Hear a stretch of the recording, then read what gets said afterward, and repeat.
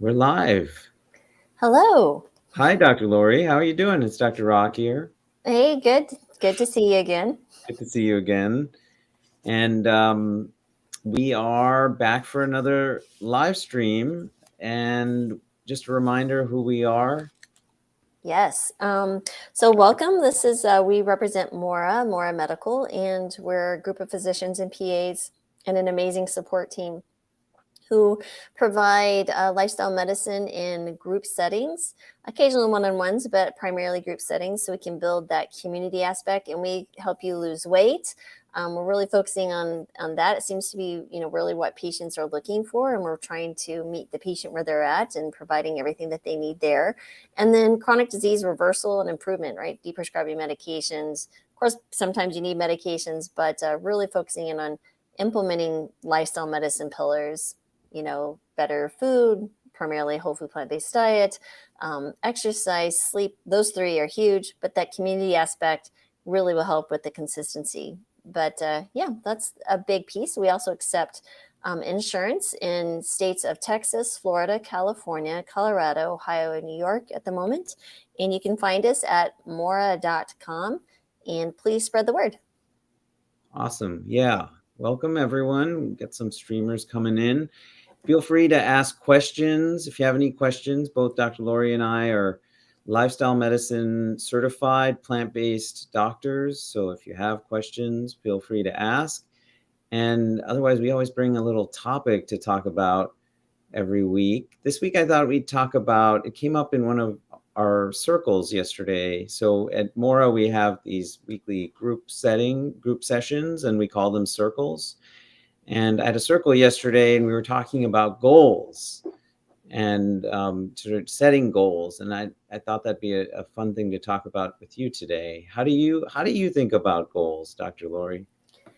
Good, and we are live on Facebook, by the way. So we were Awesome. having some technical difficulties earlier. So, what was your question? Help Oh me. yeah, I'm I sorry. was just asking. Yeah, I was mentioning how I was talking to my circle yesterday about goals and how we Gotcha. think about goals, Okay. and it's yeah. I wanted to know your thoughts. How do you sort of think about goals? I think goals are really important, right? Because it's like, imagine if you're on a plane and you don't have a destination.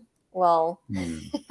how are you going to measure your progress if you don't have a final destination in mind? Now, granted, much not much like a plane in life. Maybe our destination is, today we're thinking it's, we're starting at A and maybe going to B, but maybe in a month, maybe B turns to C, or some other mm, The iteration of the. destination's going to change. Yeah, but Yeah. the journey, as long as you're moving towards that goal, even though it may be less defined or maybe change as your priorities change and different things, but the goal is really important to help set the sail, right? Set the direction so you know where you're navigating towards. Yeah. Okay. So I hear there's two types of goals. There's like a journey goal and there's a destination goal. Hmm. And the destination goal is going to change. Yeah, your destination, you're not always going to want to be or be in the same place. That's going to change. Yeah, okay. Well, I think that's like very applicable to how we think about goals when we're changing our behaviors, right? Hmm. Because uh, there's outcome goals. Those are destination goals. Like I want to lose weight is a big one. But there are other outcome goals that people have. I want to run in this race. I want to, you know, um, take this trip. And then there are the processes, the steps that get you there. Right. And so, what I was saying in the circle yesterday, I was saying, and I want curious on your thoughts on this. I said, everyone's main goal should be consistency. Hmm. Everyone's main goal should be consistency because without that, the you never get to the destination. Hmm. Exactly. Yeah. If you don't have consistency, nothing's going to happen. Right. So, when they always say Rome wasn't built in a day, they're very true, right? It was consistent effort that makes anything come to fruition. Just any type, imagine, learning to drive or learning to ride your bike or learning any new skill takes small steps and consistent habits and challenges. Someone doesn't become a master at anything without going through the beginning, intermediate, and advanced phases. That's right. And, it's just like when for example, me as a mom, right? That's my joy in my life has been being a mom, but I didn't know about teenage years until I got to the teenage years, right? But I had to go through infancy, toddlers, and preschoolers, and middle schoolers, and all these stages to understand the growth of a child and the needs and things. It's like with anything, you have to crawl before you walk, and walk before you run. And Yeah. yeah, Well, absolutely. I think many times, and tell me if you see this too, I see, and I've experienced this, people set a destination goal. That can be very exciting, exciting to think about the race you want to run or Mhm. the weight loss you want to achieve. And then the frustration comes in when they don't get to the destination. Yeah. So let's think about that. When you think about the destination goal or your outcome oriented goal, there's going to be a lot of steps involved with that. So that I feel is a failure to plan, or you're like, I'm going to do all of these things at one time and try to change your entire self, your environment, your Mm. habits all at once, and you get overwhelmed and you don't make headway in anything, and then you just give up. So instead of running into frustration, just think about, okay, so let's say I have a weight loss goal in 3 months of 12 pounds, whatever. And what do I need to be doing on a monthly basis in order to reach that? And then go down to what do I need to be doing on a Mm. weekly basis? And what do I need to be doing on a daily basis Mm. to help me reach that goal? So if you start breaking it down into those segments, you're going to really focus in on much more manageable things. Now, that doesn't mean it's okay to like, I'm going to starve myself for 3 months and I'm going to exercise all these. No, That's again, right. these are small incremental changes because you want to look at the sustainability that's already going to fit into what you can do reliably. That's another thing I'd say, when you decide what that one thing is during the day that you can do, is this something that you can do without question every single day for the next 90 days without question, like there's no doubt in your mind, then you're going to be on the right track. Now, I would even take it a step further and say, think beyond the 90 days, because you Sure. may achieve that goal, but how many times have I told myself in the past, like, okay, I just have to do this for 2 months? Like I'll tell you, I lost 30 pounds in 3 months before my wedding. And because I wanted to look better in my wedding photos. Okay. Then I did. And so how did I do that? I cut the portions I was eating. I didn't change the food I was eating. I cut the portion I was eating in half. Mm-hmm. And then I forced myself to run like down this like basically like about a 2 mile run every day after work. And I hated it. But I just did it. I did it. I did it. I did it. I did it. And yeah, I lost 30 pounds in 3 months, which, by doing that. And then the day after my wedding, I was in the shower and delivery came for food. And I had ordered ribs and brisket and cornbread. And I was not plant-based at this time. Definitely not. Ah, And my wife said, when I came out of the shower, she said, "Are you having your groomsmen over? Like, are you having the wedding party over?" I said, "That is for me.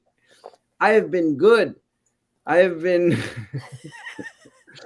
I have, right?" So those were not, I was thinking about the destination. Wow, the pictures, I still look back at those pictures. I'm like, good. Yeah, I'm glad you, and I wasn't thinking about what you just said.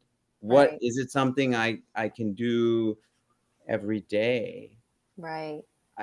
No. If you had asked me that back then, I would have said absolutely not. So that's a really, I think, a good litmus test. You can have a short-term goal, you can have and then think about how it applies to longer term, your life and your health. But you should ask yourself, is this something like, I don't know. That's not to say that you don't push yourself sometimes, Hmm. but Oh yeah. it's in the context of like, I don't know, Well, being a sustainable approach in general. but it's in that journey of knowing that you're going to walk into confidence every day, you're going to be able to do that one thing, that you feel the ability to push yourself, right? That's So it's, instead of like pushing yourself to the max on day one, you're building into it, you're building confidence, because so many of us have promised ourselves, this is what I'm going to do for whatever reason, and we basically ghost us, right? We ghost ourselves. Mhm. We just like, we're done. Ghost us. We ghost ourselves. And it's so easy to not, give in, Mhm. really stand up and meet the person and looking to you in the mirror and say, hey, I'm here for you. I'm going to do this for you. We are the first persons that we cross off the list of, being accountable to. We really struggle with that. Mhm. And that's where that community piece is so important too, is really helping you do that. But once you feel it, I almost feel like it's an itch you can't scratch if you don't get it done. So like, if you're, for me, it's that morning smoothie. Oh my heavens. If I Mhm. don't get that morning smoothie, I think about it all day until I do it. Like literally, I have to do that. If you hear bumping, Oh, I'm sitting on a ball, by the way, if I'm rolling back and forth. Um, good. but yeah, that it almost it's ingrained in you, right? And you start speaking to yourself. It kind of goes back to that self-talk. You're teaching yourself a new language, a new confidence. You're learning to love and appreciate yourself, what you can do for yourself, because then what you're going to see is that you're there for more people, you're more present in your life, you have more energy, you have Yeah. more, your mood is improving, all Yeah. of these things, that it has ripple effects to the people that you love and care about. And then in turn, you're proud of yourself, and that's okay. It's good to feel good about yourself, because that's where you stand up and say, I'm going to be here Mm. today, tomorrow, and the next day for myself, so I can be here for others. Yeah, it's an amazing thing that happens. Absolutely. Can I ask, that morning smoothie makes you feel so good? There are many habits that maybe the first time you made that smoothie, you felt really good. So that's a good example. You don't have to, because exercise, I think, is an example of something. It may Oh, not feel as good for some people at first if you don't have a history. And that's the time when you say, okay, how do I make it feel good? How do I actually tone it down, pare it down? Because when you're starting, I think that's the most important time to start small. Because I go back to what I told the circle, is the most important goal is that consistency piece. right. And if it doesn't feel good, your body, your mind might be, your head might be saying, I need to do this. I should do this. Body's going to say, I'm not, I'm not doing that. This couch feels plenty cozy, just like your dog loves the pillows. Yep, yep, exactly. That's You it. do. You do need to make this feel good to yourself. Before you decide you're going to run a 5K or 10K or half marathon or a marathon, let's, like you did, right? Well, maybe not quite 2 miles, No. but maybe it's a matter of you just walk the That's right. distance that your goal is first. And then you can do like a run walk. That's a very Run more. sustainable way to even Yeah. run a race, is to Yeah. run walk. And it's okay. Trust me, there have been races that I've run over the years that there was, I swear, an 85-year-old man just passing me up. And I'm like, this is a humbling moment, but he's put in the work and I Yeah. applaud him. But That's you know right. what? I'm here and I'm moving. That's right. And that's okay too. So yeah, exactly. You do need to make it to where you're just not burnt out and just destroy yourself. I think, absolutely. And I think just meeting yourself where you are in this moment, Mm, because who you were, I see this a lot. I've experienced this too, is sometimes I had a consistent habit or practice, and then it got away from it. And then then when I'm getting back to it, whatever it is, running's a good example. I've had periods of time where I run consistently over the last few years, and then I get away from it. And more recently, I started getting back into it, and I had to run walk. I mean, I told myself, listen to your body. Like if your legs feel really tight, like your body's not going to want to come back and do this again. Right. If you push through it, and then I go back to, there are times when you push yourself, but that is after you have built up that consistency. It's something that you do because you want to, because it feels good, not because something you're like, it's not punitive. It's not like, I'm going to force myself to do this because I have to. Right. I'm going to do this because I want to experience, like, it feels really good to push myself in this moment. Like I'm training for this race and I want to just really like that. Right. That I think, but that actually ties into then a thing we talk about a lot, which is that these behaviors really should tie into a bigger intention and identity.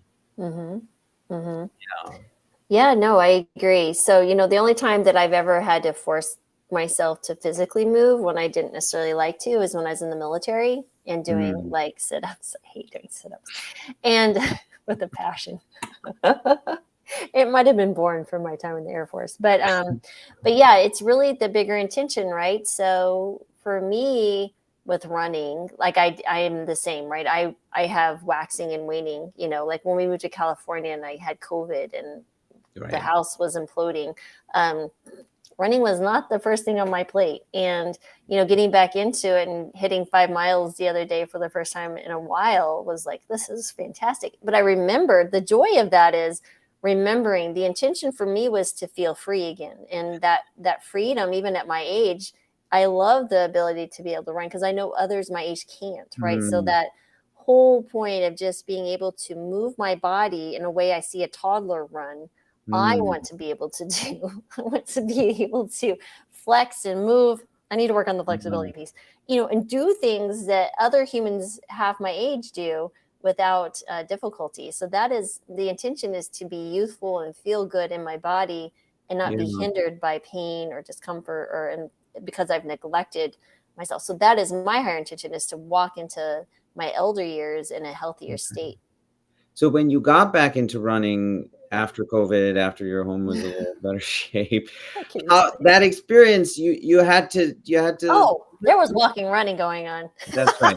Right. Exactly. And you have to just be, your expectations have to be different, because I think sometimes people go in with expectations of who they were before. Right. And of course, we're never the same person. We're constantly changing. Yeah. And I'm okay with being a slow runner, right? Because, I have 3 kids that can run fast, and my husband was much faster. And honestly, I'm fine with that. I don't need to be the front of the line. Like when we hike, like they take off, and I'm like, just want to check on me, make sure I didn't fall off a cliff somewhere back here. So, that's okay. I'm out here enjoying myself. I'm not going to kill myself, and I'm okay with who I am, and own it, and be proud for just being there at the moment, enjoying it. Yeah, it's just finding the joy in the moment, because we don't want this to be, like you said, punitive. It's got to be joy, and see at the end of it. Now, sometimes as you're pushing yourself, there are moments of like, ugh. But at the end of that, how do you feel? Exactly. Right. Like, what is the intention of pushing yourself? That's I think what you're getting at, right? Is like, is the intention that you're pushing yourself because you're living up to this aspirational identity, or is the intention that you're pushing yourself because you've told yourself that you're a bad person and you need to do these things, or you're failing, and so you should be doing this, and this. And gets back to how you talk to yourself, really. Yes. The self-talk is, I'll tell you, just getting back to why I feel this is so very, very important. 7 years ago, always come back to self-talk. It always comes back. It's literally what's going on between your ears, this 3-pound organ. And I started my podcast 7 years ago because I was so intrigued by people who struggled with, let's say, weight for years and decades, most of their life, and suddenly something happened and they Right. lost 200 pounds in a year. I'm like, and they've sustained it for a decade or whatever. Like, I was like, what changed? what is going on? How did this Mhm. happen? Like, This was is why there I was on your podcast. Right. this is Exactly. exactly what you were on my podcast. No, And not what for that 30-pound example. No, I subsequently lost like 70 pounds, and that you're through a perfect. lifestyle changes. Exactly. So what would be your answer, right? Tell me what your answer is to that question. Oh, what flipped? What Yes, what was flipped? it? Yeah, no, I told you on that interview, it was my wife being brutally honest that she was like, You're just like Mr. Grumpy when you come home," Oh. and no, and it was and in that moment, I asked myself, like, okay, I don't know why I'm this way. Like, why am I like so upset and complain all the time when I come home? And what I was telling myself was that I didn't have a choice because work was busy and stressful. And that led to me doing a deeper dive, like through meditation and kind of uncovering, peeling the layers of this onion, where I was like, is this the life that I want? Is this the person that I want to be? Is this the person that I want to be? And when I asked that question, like, who am I? Who do I want to Mm, be? That's when I started making choices. And it wasn't, none of them were like intuitive or easy. Like plant-based eating, as I described my post-wedding meal, like plant-based eating was not. But thankfully, there are people and things in this world. I mean, now, godsend that there's a medical group like ours, mhm, that can help people with this transition, because I say this all the time. Everybody wants to be healthy. I have not met a single patient person that I say, do you want, why? I ask, why do you want to be healthy? And they don't say, excuse me, doctor, I don't want to be healthy. They say they have to think about it, and they tell you all these incredible reasons.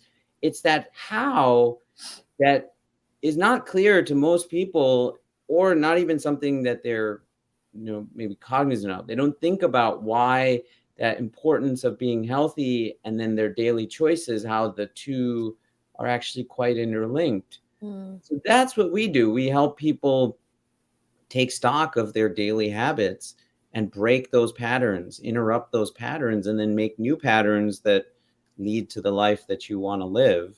mm. Um, yeah, Yeah, I think that's wonderful. So, just thinking through what you said, what I hear is that your wife was your trigger, yeah. right? To make you mindful, which made you begin to question this, why were you the person you wanted to be? And then what did you do? You started feeding yourself the information, the experiences, the self-talk that led to a different thoughts and I started beliefs. listening to podcasts. I Ex- started, these yes, types of things, because then my head was getting filled with, different you talk. know, yeah, Different talk. yes, yes. And I wasn't even Ah, aware of it at the time. One of my favorite yeah. things to do during the pandemic was, when I would go on walks and I take my dog for walks, was I found out you can just hear inspirational speeches on YouTube. Like, I mean, I think a lot of people know that. Oh, yeah.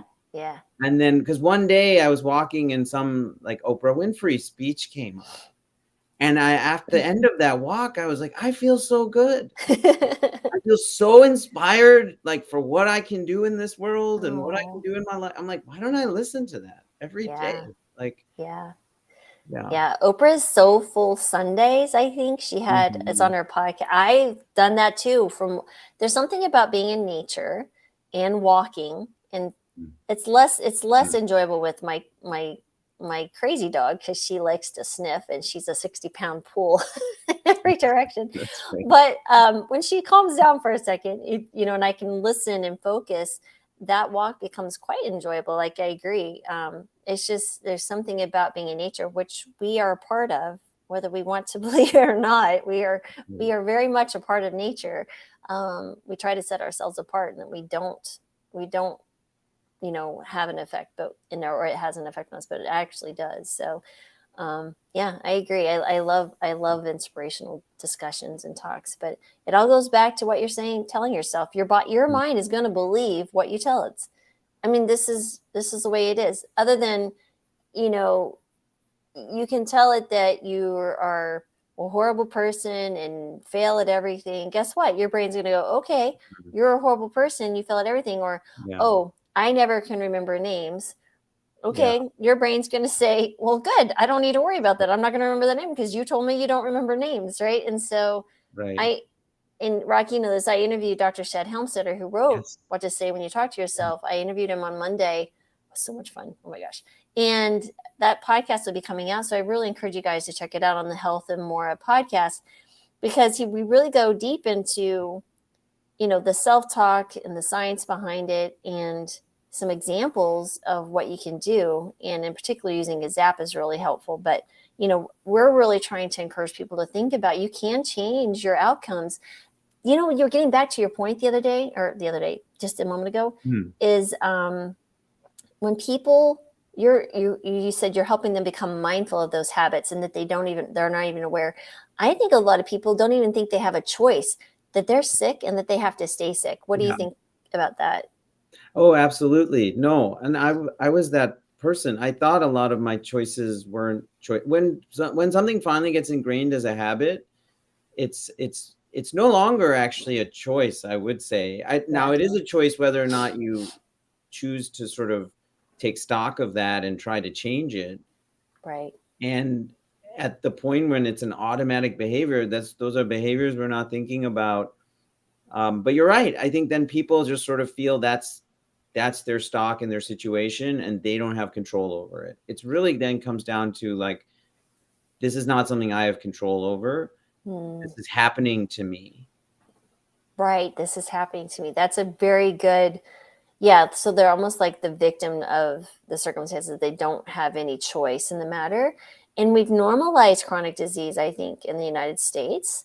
And, some people, when I've said that in the past, some people took offense. I was like, there's no need to take offense. I'm just stating a fact.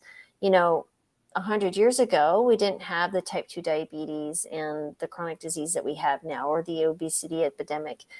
Things have changed, and it wasn't our genetics that changed. This is our environment, and things have changed. And so now it's normal. It's because it's abnormal when people's like, oh, you're not on medications, or Mm. what, you're 65 and you're not on medications and you're healthy and full of energy. I love you. Come back to me. As a doctor, these are the highlights of your day. Not that, of course we are here for sick people, but it's nice to see someone who's made choices in their lives and enjoying reaping the benefits. Yeah, we have an epidemic of chronic disease, and I know all too well how much burnout there is in our healthcare system, or more appropriately coined the term, Wendy Dean coined the term moral injury. Because Mm, people go in, why do we go into medicine, Lori? It's yeah. because we go into medicine because we wanted to heal, we wanted to help people. And doctors and nurses and physical therapists and respiratory therapists, they're not seeing that now. Yeah. They're seeing people get sicker, and they're seeing the system basically get inundated and overrun with so much chronic illness. Most of the care that we provide is, and why is that? It's because our system is really centered around managing chronic illness. Our system it starts with the premise that chronic illness will continue to be there. Right. And when your goal is management, then, and not getting at the root cause and not reversing, Mm, and then more and more and more disease will keep coming. And mm, then the intention becomes, we need more urgent cares, we need more cath labs, we need more, but there aren't people out there to staff those urgent cares and cath labs, right. because the people working in the system, they're not healing. They are seeing more and more and more chronic disease, and the fallout from that. And so Mm, to our community, that's why we tell you, Mora Medical, we are here. Please share what we are doing, share our stream, share our website, come join us as a patient, because our current system is not sustainable. And No. you ask anyone working in the system, anyone from any part of the system, they will agree with you on that statement. And yet we don't see the transformational change within healthcare. That's why we started Mora, because this is what the world needs. Beautifully said and stated. I agree 100%. And you're exactly right. We have a sick care health system. It's not a sick care system. It's not a healthcare system. Mm-hmm. And people come here thinking they're going to help people get well, and all we do is help them stay sick and a little less sick with a little less symptoms. It's not even with medications and interventions, and you just beat your head against the wall, and then there's more demands. Yeah, I mean, I could literally write a thesis on all of the system, but now we are the, I consider us the antidote to our sick care system, right? We're trying to attack all things, and yeah, so I really appreciate that. Dwight says, thank you for all you do and your inspiration and encouragement to help me on my journey with a whole food, plant-based lifestyle. Wow, amazing, Dwight. Thank you for sharing that. And then David wrote, why aren't they teaching whole food, plant-based diets in medical school? And actually, David, they are now starting to. More and more medical schools are starting to incorporate lifestyle medicine curriculum. Lori and I both are part of an amazing organization, the American College of Lifestyle Medicine. And part of the strategy of changing the foundation of care has to be and has been to change the fundamental education that we receive in medical training. Similarly, that has to be changing what children eat. And so part of the strategy is changing the food in school lunches. Part of the strategy is changing government policy around what children eat on a regular basis. Yeah, no, absolutely. We all have our place, right? We have a circle of influence, and we have the ability to change our little place. So if you're the person who's maybe a teacher, like you said, in the school system, maybe there's an initiative to have, meatless Mondays and healthier snacks and things available to those young minds that we're all going to be relying on in, 20, 30, 40 years. They really are our future, and we need to invest in them now. And our future selves will thank us for that as they will. So yeah, you're exactly right. We need to invest now. Right. Plant the trees now for shade and in the deck. That would be I would say that would be our destination goal. Just to tie it all back together, our destination goal for society, for healthcare, true healthcare. Yeah, absolutely. I agree. Any closing words? Just again, we're here for you at Mora Medical. Just check us out at mora.com, and please share this live stream with anyone who you feel might need some encouragement. And know that we'll be here every Wednesday at 11 a.m. Pacific time. I believe we got the Facebook and the YouTube thing figured out, so we should be here. Check out, it'll be the Mora Medical page and the Mora Medical YouTube channel. And we appreciate you for being here, because we know you could be somewhere else. Yeah. Awesome. Thank you all. Thank you, Dr. Lori. It's good to see you again, and see you back next week.